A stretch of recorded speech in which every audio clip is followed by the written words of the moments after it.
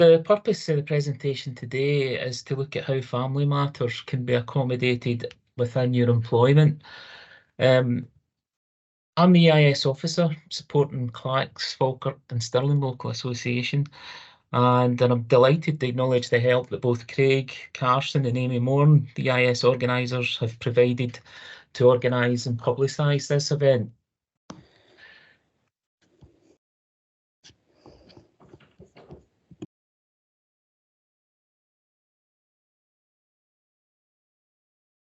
Well, this seems to be the first technical issue.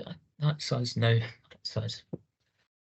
Now, your employment is chiefly dictated by your contract, which is backed by legislation. As a teacher, your contractual terms and conditions are set at a national level and at a local level. At a national level, matters such as pay in the working year and the working week are determined by the SNCT. Now, the SNCT is a tripartite body made up of Scottish Government, COSLA, that's the local authorities, and the teacher organisations or trade unions, with the EIS having the largest representation. At a local level, the GINC determines devolved matters relating to your employment, such as appointment procedures, teacher transfers, and school-based consultations, normally related to the working time agreement. Now, the supports that can be accessed for families can be derived from legislation, the SNCT and the LNCT, but the majority of this training will focus on SNCT supports as they are derived from legislation. Now, family matters can cover a large range of topics, and they're also reliant on a specific individual role, whether that be as a parent, as an adopter, or as a surrogate. However, today, unfortunately, we'll only have time to look at issues of maternity and shared parental leave. The relevant sections of the SNCT for the other roles are outlined on this slide, and of course, you'll receive a copy of all the slides today after the training session. Now, the detail of the supports available are quite complex, especially when applied in practical terms, and the application can be problematic as no two sets of individual circumstances are often the same. So bearing in mind this, today it's hoped to give you a broad understanding of the supports and appreciation of the details surrounding them. For specific inquiries regarding your own personal circumstances, it's always advisable to have a chat through the issues with your EIS local association secretaries.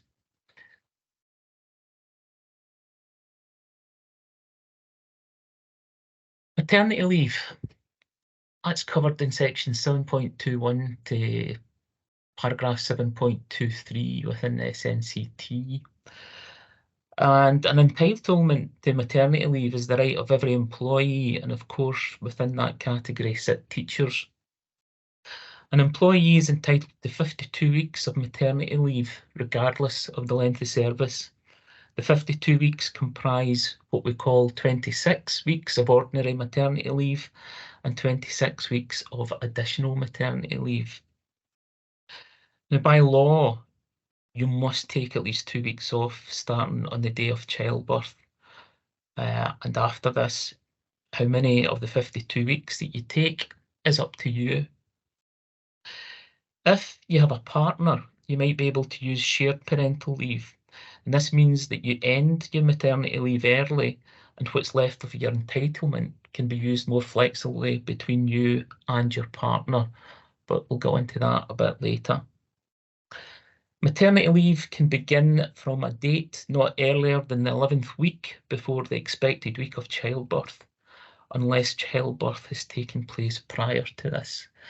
Now, these are actually all substantial aspects of the SNCT terms and conditions, and they can be a bit mechanistic, but yeah, my advice to you is simply just to note these, or to note the references to them, whenever you're trying to plan out your own maternity leave needs. Associated with maternity leave is maternity pay, and They have different qualifications. Regarding your pay, it's your period of continuous service that's the determinant. So it stipulates that an employee with less than 26 weeks continuous service at the beginning of the 15th week before the expected week of childbirth will have no entitlement to maternity pay. However, you may be entitled to a maternity allowance. And as I've hinted at before, these types of qualifications go through the advice and the terms and conditions because they are based on legislation and quite firm. So although it may sound pedantic, it is quite important that you're aware of them and adhere to them. An employee with at least 26 weeks continuous service at the beginning of the 15th week before the expected week of childbirth is entitled to be paid occupational maternity pay and statutory maternity pay. And really, those quantities are immaterial because essentially what it equates to is your normal salary, So for your 13 weeks, first 13 weeks, you get paid your normal salary. For the remaining 26-week period rather, it's a statutory maternity pay, and I'll qualify that a bit later. But essentially what we're looking at there is in specific terms, £172.48 per week, and that will have national insurance and tax deducted from it. So maternity pay lasts for 39 weeks, maternity leave for 52. But for those 39 weeks, you should be mindful of that as a pay qualification whenever we come on to the shared paternal pay. But that's quite a wee while away yet. Whenever an employee returns to work before the full maternity leave period, then our entitlement to any balance of maternity leave and maternity pay ceases. And you'll receive your normal salary from the date of that return to work.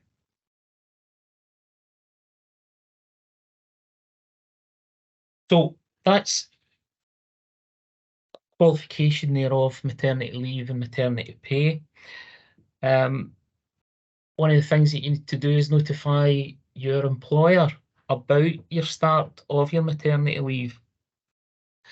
And it's quite a formal process.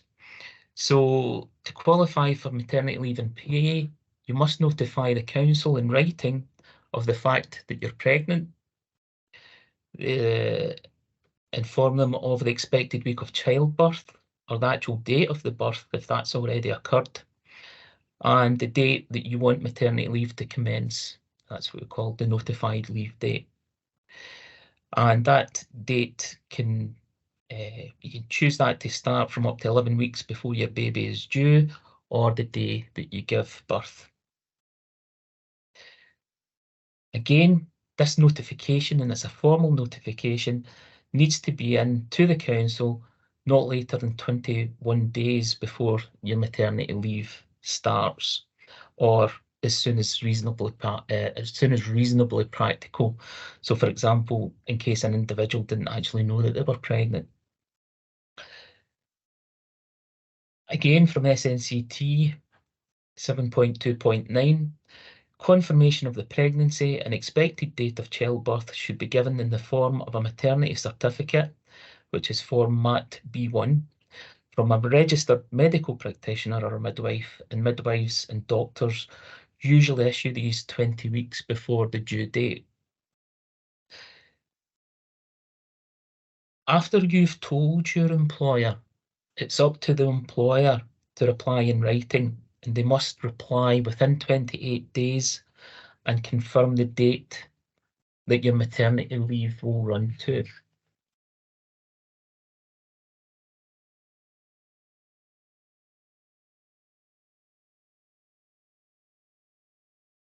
Again, still on this theme of notifying the start of your maternity leave to your employer. If at any point you want to change the start date of your maternity leave, you must give the employer 28 days notice or agree a new date together. You may have to start your maternity leave early. So for example, if you're absent from work, if you're off because of a pregnancy-related sickness, in the 4 weeks before your baby is due, your maternity leave automatically starts that day that you were first off. And in a similar vein, if you're suspended from work because of health and safety reasons, and we'll touch on that towards the end of this section of maternity leave, your employer can start your maternity leave from 4 weeks before the week your baby is due. But if your baby is due in less than 4 weeks, your maternity leave will start automatically. And similarly, if your baby arrives early, then it's born unexpectedly or premature, then your maternity leave starts straight away. You'll need to let your employer know as soon as you possibly can. So you may need to ask your partner or a friend or a family relative to do this if need be. And if your baby is late and you've told your employer a specific date you want to start your maternity leave, you can start the leave from that date. But you need to tell your employer the date that you've given birth so that you can start compulsory maternity leave from then, which is 2 weeks.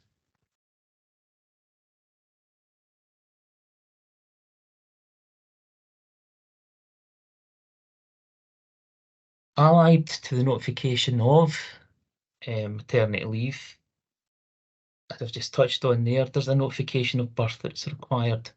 So you should notify the council as soon as reasonably practical of the date of the birth of your child. And again, just going through the phases, notification of return from maternity leave. If you want to return to work earlier than the end of your maternity leave period, again, this 28 days notice comes into play. If that notice is not given, then the council might postpone your return for up to 28 days. So be mindful of that. However, on your first working day back from the end of your maternity leave period, there's no need to formally notify your employer that you're returning on that first day back. Excuse me a minute.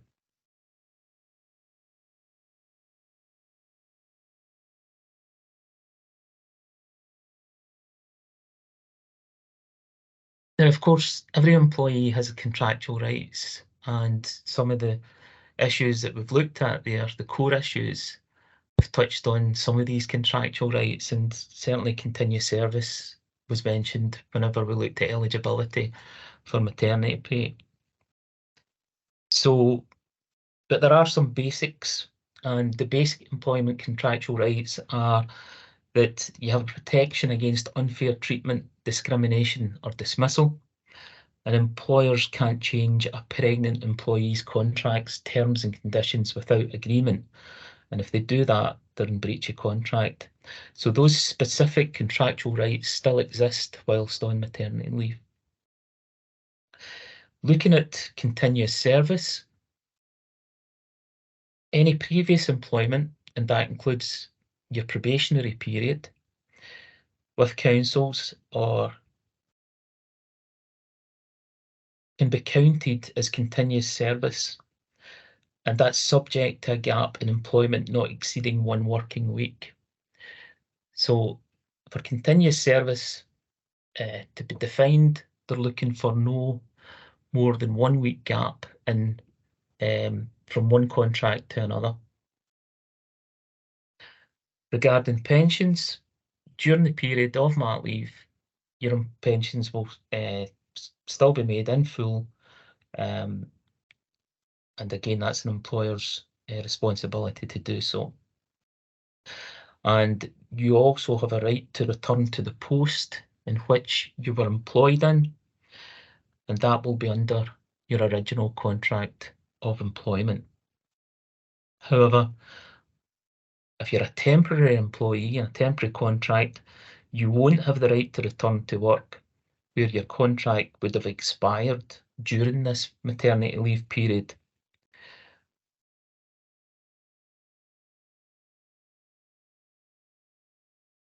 Sick leave. When an employee is absent before the start of the maternity leave period due to illness, the absence will be treated as sickness absence. But if an employee is absent because of a pregnancy-related illness and there are fewer than 4 weeks before her baby is due, then that'll be deemed to have commenced maternity leave. And again, that just reinforces a point that I'd made earlier. And if you're unable to return to work after the maternity leave has ended, or on the date that you'd previously notified due to sickness, then the normal sickness notification and certification processes will kick in. So it'll just have been be treated as if you were still at work. Again, just moving on to one or two aspects of these contractual rights. We all accrue annual leave during the period of maternity leave.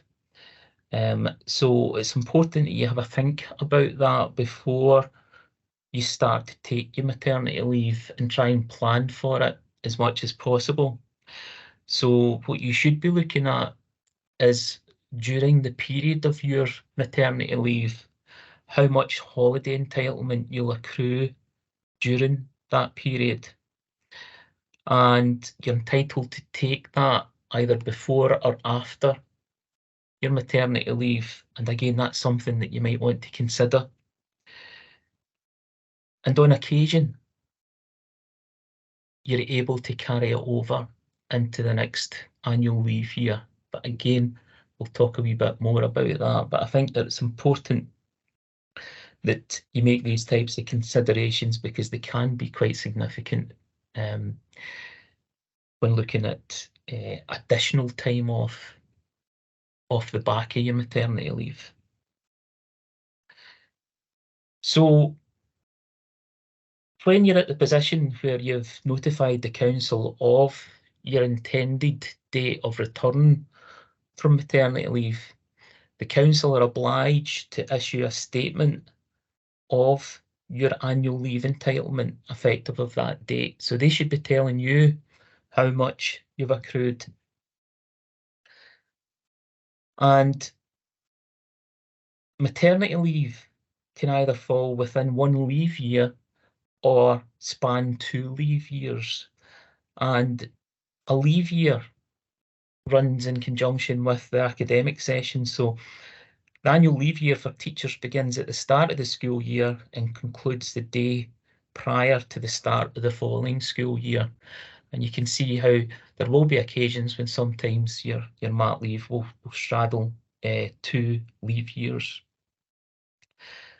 If it does span 2 leave years, then again, the employer is obliged to provide them with the relevant information.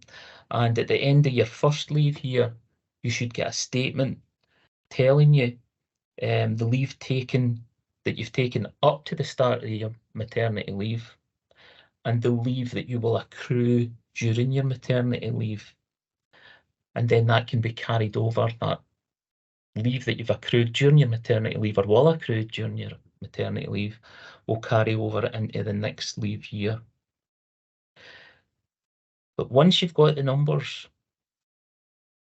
you then need to have a think about when you might want to take them. And the balance of annual leave accrued is normally taken at the end of the maternity leave period. And any remaining leave to be taken in the term in which the return to work takes place.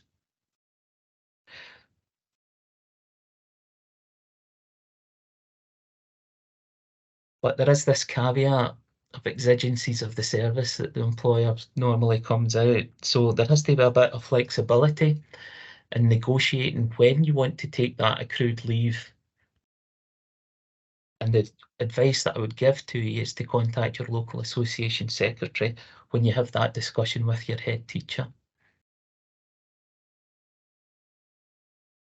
There are also health and safety implications that need to be noted. When you tell your employer that you're pregnant, the employer should assess the risks to you and your baby whilst at work. And if there are any aspects of the risk assessment that you're unsatisfactory, then again, speak to your local association secretary and get the support that's required from there. Antenatal care, which is any pregnancy-related care that's required. For example, appointments and care before you have your baby, is also catered for by legislation. So any antenatal appointments need to be on the advice of a doctor, nurse, or midwife. And these can include scans, pregnancy health checks, relaxation classes, for example, pregnancy yoga, or parent craft classes. It stipulates that a pregnant employee shall be allowed to take such reasonable time off without loss of pay as is required to attend for antenatal care. And if the council are minded, they can ask for evidence of appointments for that antenatal care. However, that term reasonable is always non-specific, but in this circumstance, it should relate to the length of the appointment or the class and include travel to and from it. There will be circumstances when you may not be ready to tell your employer that you're pregnant, but you can choose to take the antenatal appointment time as you would any other medical appointment, for example, to go to the doctor or the dentist. Regarding partners of expectant mothers, they also have a statutory right in legislation to attend 2 antenatal appointments with the expectant mother, but this time off is unpaid. In relation to teaching staff, while the statutory provisions allow for each appointment to be a maximum of 6.5 hours, the time off request should normally be for a half day. But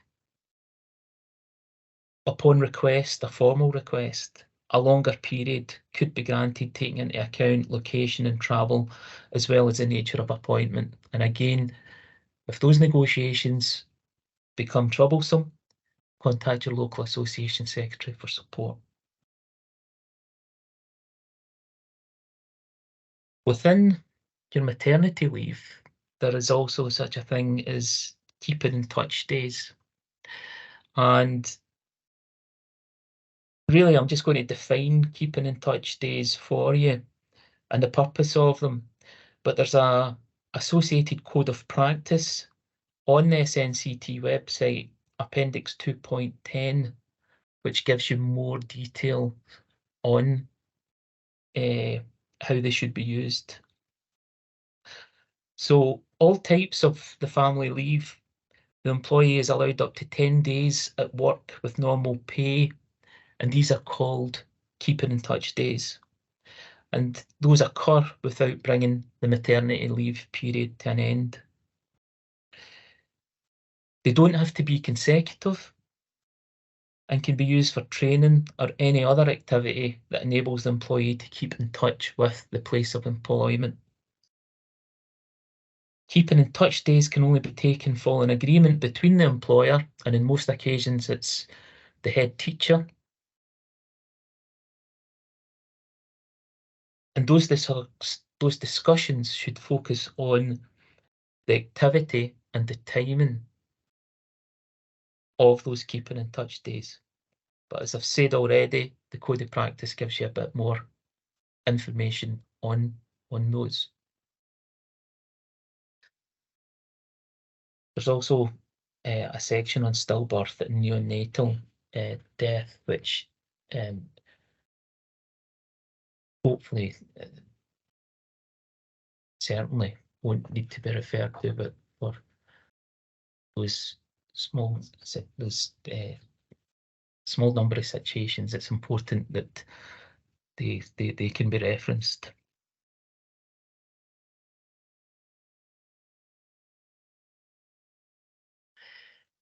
Moving on now to shared parental leave and shared parental pay. Shared parental leave gives more choice on how two parents can care for their child. Eligible parents who have sharing responsibility for a child can get shared parental leave in the first year after the birth of their child, or the adoption of a child, or getting a parental order if they had the child through surrogacy. So this applies to those three situations. Now, just for the remainder of the session, I'll focus on how it applies to the birth of a child to minimise confusion. However, having said that, and after what you've probably experienced in the past 20 minutes or so, you'll have realised that you really do need further examination of the SNCT arrangements, regardless of your circumstances. It's down to detail, and it's important that you have a reference and have an understanding of that. Eligible parents can get up to 50 weeks of shared parental leave.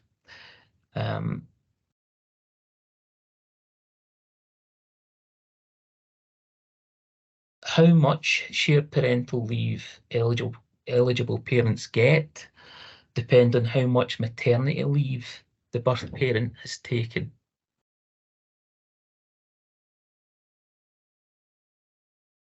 Ways eligible parents could use shared parental leave include: the birth parent returns to work early from maternity leave and takes shared parental leave at a later date. The birth parent returns to work and their partner takes shared parental leave. Both parents can be off at the same time. Both parents share shared parental leave evenly and are off at different times. Both parents return to work at the same time and take shared parental leave at a later date. So there's different models of the way that shared parental leave can be operated. What we're going to go and do now is look at the components of that to see how they can be applied to fit in with each of those different types of scenarios and particular individual circumstances that couples may have.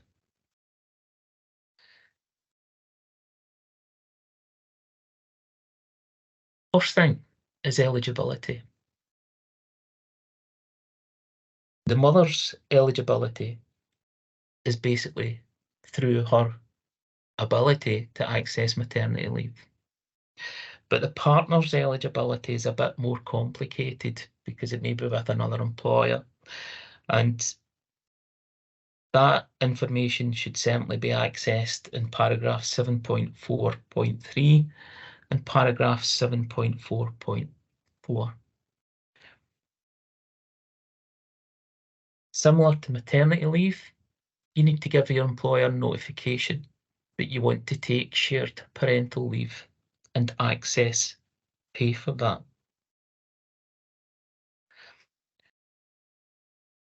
That notification needs to be in 8 weeks before the first period of shared paternal leave starts.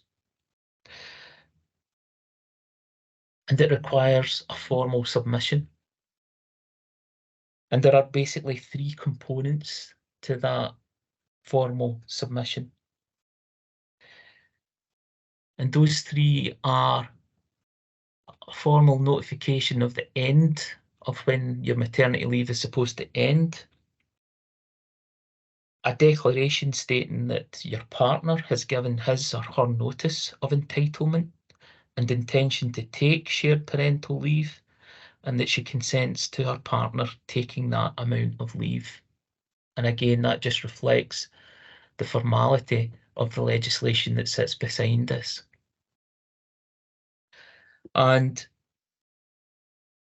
finally, there has to be a notice of entitlement and intention to take that shared parental leave, but it should also set out how much shared parental leave each of the parents intend to take.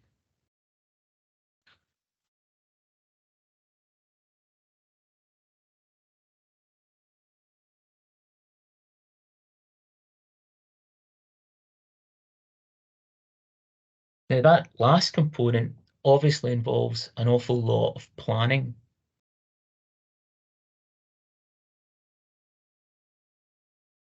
So when you're trying to arrange shared parental leave, you have to take your shared parental leave in blocks of weeks, but it can start in any day. For example, it could be on a Tuesday or a Thursday. It doesn't have to be a Monday, the first day of the week. And it includes the start and end dates of any blocks of leave in the notice. These blocks of leave can be continuous,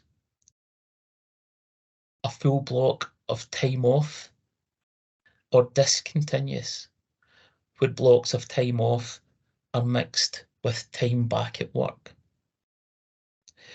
So just to try and exemplify each of these two, continuous leave might look a bit like, let's just say Alex and their partner Joe decide to take 20 weeks of shared parental leave each. So Joe gives their employer one notice to take all 20 weeks of their leave in one block. However, Alex want to take 3 blocks off, certain dates off work over the year. To make sure they get the dates they want, they give their employer 3 continuous leave notices. So that first notice could be to take 10 weeks of leave from January to March, and then a second notice of 5 weeks from May to June, and a third notice from August to September. But you'll see that each of those block allocations are continuous.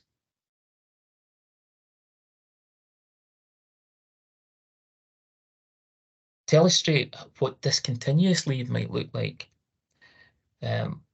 we can have an individual who has 20 weeks of shared parental leave, and they agree that their partner to take this discontinuous leave. So they give their employer notice that we're going to take discontinuous leave, and they request to alternate taking 2 weeks off and 2 weeks at work until they've used the 2 weeks entitlement. Now, hopefully you can see the difference there between the way that those blocks are sliced and diced up. In addition to shared parental leave, you're entitled to shared parental pay. And a mother who would otherwise qualify for occupational maternity pay would in a similar way qualify for shared parental pay. So essentially, it reflects the maternity pay. The partner will only be entitled to share the statutory maternity pay. And again, these are just 2 aspects of how the pay is divvied up to note. Now, as I say, this has been quite prescriptive, but that is basically just the nature of this topic. But to try and pull things together, what I've tried to do is to look at an example or look at a worked example. A worked example that involves maternity leave and shared parental leave to try and tie up all of these considerations together. So this is for a primary teacher who's trying who's planning to take a maternity leave from the 8th of November to the 26th of June. Now, again, remember, for notification purposes, you need to be specific with dates, but really, in terms of the units used to measure it, we're talking about weeks, and that period of time equates to 33 weeks. What they're looking to do is also looking to utilise the shared parental leave, and they're going to use 2 blocks of time, one for 6 weeks and one for 13 weeks. And then the formal return to work will take place on Monday, the 11th of November. So there's an end period of when this shared parental leave concludes. Let's break down some of that information. And if we look at it just in terms of a timeline, you can see how the shared parental leave will work out and how the shared parental pay will work out.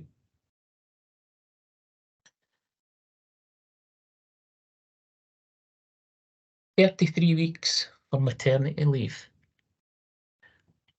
When we look at those 33 weeks, 13 weeks will be in full pay. 20 weeks will be on statutory maternity pay, and that's the figure that would be paid. When we add that up, we have 33 weeks spent on maternity leave. But we already know that we can use a maximum of 52 weeks for that. So let's build up the balance for shared parental leave between each individual within the couple. In the exemplar, it's been stated that the first block will be 6 weeks, and the mother will be back at work and the partner will be on shared parental leave, and the partner will get paid statutory maternity pay. You can see how that first block of time works out. Now that 6 weeks takes us up to 39 weeks. 33 weeks maternity leave, 6 weeks of shared parental. That's 39 weeks. Now we've still got some time to play with as far as leave is concerned, but we've exhausted our pay because the maternity pay only lasts for 39 weeks, and it's in this scenario it's being shared. So with the final block, although the annual leave is an entitlement of 13 weeks, it's going to be unpaid because all the shared parental pay has been used up.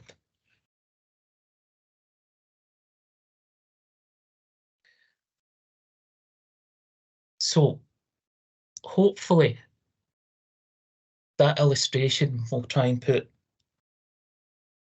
or make some sense to what we've been through today. I suspect rather it doesn't, because there was quite an awful lot to take in today. But really what I want you to leave with today is an outline of what I think the more important aspects of these two family leave policies are for you to go back and refer to and work your way through.